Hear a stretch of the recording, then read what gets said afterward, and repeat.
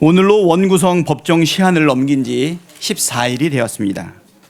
우원식 국회의장님께서 이번 주말까지 원구성 협상을 끝내달라고 어제 최종 통지하셨습니다. 민주당의 입장은 하루빨리 원구성을 마무리하자는 것이지만 원활한 국회 운영을 위한 국회의장님의 입장과 결정을 존중합니다.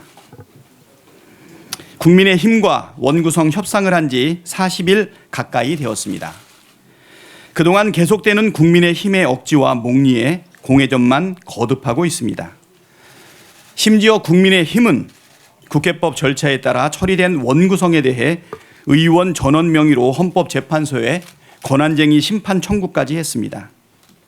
그래놓고 어제는 운영위와 법사위를 1년씩 돌아가면서 맞자고 제안했습니다. 진정성이라곤 1도 찾아볼 수 없는 무책임하고 황당한 이중 플레이입니다. 총선 민심을 정면으로 거역하겠다는 태도 아닙니까? 법사위와 운영위는 총선 민심을 반영하기 위한 필수적인 조건입니다. 거래와 협잡의 대상이 될 수 없다는 점을 다시 한번 분명하게 밝힙니다. 지금 원구성 협상은 겉보기엔 여당과 야당의 협상 같아 보이지만 실제로는 대통령과 국회, 더 본질적으로는 대통령과 국민의 협상입니다. 출범 이후 지금까지 윤석열 대통령은 야당을 국정 운영의 파트너로 대한 적이 단 한 번도 없습니다. 오히려 괴멸시켜야 할 적으로 규정하고 정치 탄압으로 일관해 왔습니다. 법률의 취지를 무력화하는 시행령 통치와 무려 14번에 달하는 역대 최다 거부권 행사로 국회 입법권을 묵살했고 국무위원들에게는 국회에 나가서 야당과 싸우라고 지시를 했습니다. 지난 총선 결과는 무능, 무책임, 무도한 윤석열 정권을 야당이 중심이 되어 확신하게 견제하라는 것이었습니다. 상식이 있고 정상적인 사고를 하는 대통령이라면 민심을 수용하고 그동안의 국정 운영에 대해 사과하고 앞으로는 변하겠다는 신용이라도 했어야 합니다.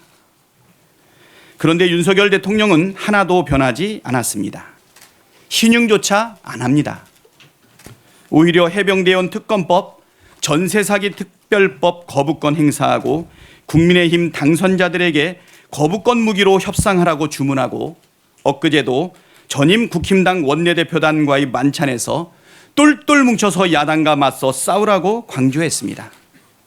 총선 민심을 완전히 거부하겠다는 태도 아닙니까? 대통령이 국회를 존중하지 않고 야당을 괴멸해야 될 적으로 여전히 여기고 있는데 무슨 타협의 여지가 있겠습니까? 대통령이 총선 민심을 노골적으로 무시하고 거역하는데 무슨 타협의 여지가 있겠습니까? 국민의힘도 정신 차려야 합니다. 국정에 책임 있는 집권 여당답게 대통령의 거부권 남발, 국회 무시, 정치 탄압에 대해 비판하고 바로 잡으려는 노력을 우선 기울여야 합니다. 지금처럼 대통령 거수기 역할만 하고 국민을 위하는 게 아니라 윤석열, 김건희 부부 방탄에만 총력을 기울인다면 미래가 없다는 걸 알아야 합니다. 민심을 수용할 의지, 국회 정상화에 대한 의지가 있다면 윤석열 대통령에게 해병대원 특검법을 비롯해 국회법에 따라 정당하게 통과된 법률안에 대해 거부권 행사하지 말라고 촉구해야 합니다. 미루지 말고 상임위원 선임안 제출하고 국민의힘 몫인 국회 부의장 후보 선출도 서둘러야 합니다. 대화하고 협상하되 의견이 모아지지 않으면 민주주의 원리에 따라 국회 운영을 하는 게 맞다는 걸 인정해야 합니다. 민주당은 국회의장께서 요구하신 기한까지 국민의힘의 각성과 변화를 기다리겠지만 그 이상은 더 이상 기다릴 수 없다는 점을 분명히 합니다. 원구성이 늦어지고 국민의힘이 국민의 민생을 외면해도 민주당은 국민이 부여한 책무를 끝까지 다하겠습니다. 오늘도 상임위에서 논의를 통해 당론으로 추진했으면 하는 법안을 올려주셨는데요. 의원님들과 토론하고 지혜를 모아 당론 추진 법안을 의결하겠습니다. 내일은 법사위와 가방위에서 입법 청문회가 열립니다. 해병대원 순직을 둘러싼 대통령의 부당한 수사 개입 정황이 속속 드러나고 있고 방송 장악, 언론 탄압 문제도 매우 심각한 지경입니다. 국민적 의혹을 해소하기 위해 법사위와 과방위가 요청한 증인들은 빠짐없이 출석하기를 바랍니다. 무단 불참 시 취할 수 있는 모든 조치를 취할 것임을 분명하게 경고합니다.